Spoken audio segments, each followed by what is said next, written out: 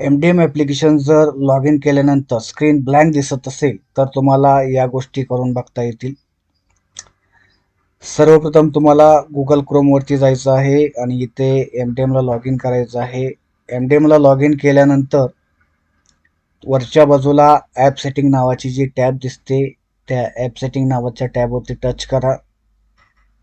यावरती टच केल्यानंतर इथून तुम्हाला चेंज डिव्हाइस हे करायचं आहे. चेंज डिव्हाइस या टॅबवरती टच करा.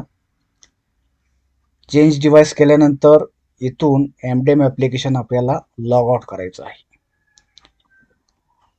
ॲप्लिकेशन लॉग आउट केल्यानंतर पुन्हा तुम्हाला आपल्या MDM ॲप्लिकेशनला ओपन करायचं आहे. काही वेळा हे सेटिंगमधून पण करता येतं.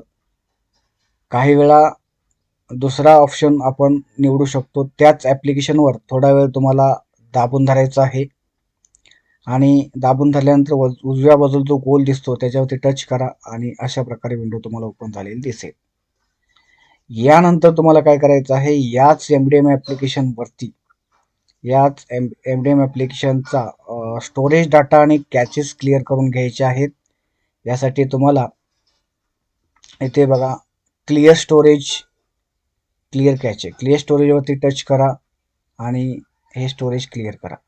स्टोरेज क्लिअर केल्यानंतर पुन्हा नव्याने MDM ॲप्लिकेशन लॉग इन करा. लॉग इन झाल्यानंतर इथे तुमच्या शाळेचा UID नंबर टाका. खाली तुमचा रजिस्टर्ड मोबाईल नंबर टाका आणि ॲप्लिकेशनला एक OTP मिळेल.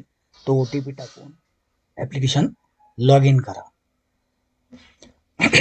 अशा प्रकारे जर ही ट्रिक वापरून तुमचं ॲप्लिकेशन लॉग इन झालं असेल, पूर्वीप्रमाणे काम करत असेल तर आपल्या चॅनलला लाईक करा, शेअर करा आणि सबस्क्राईब करायला विसरू नका.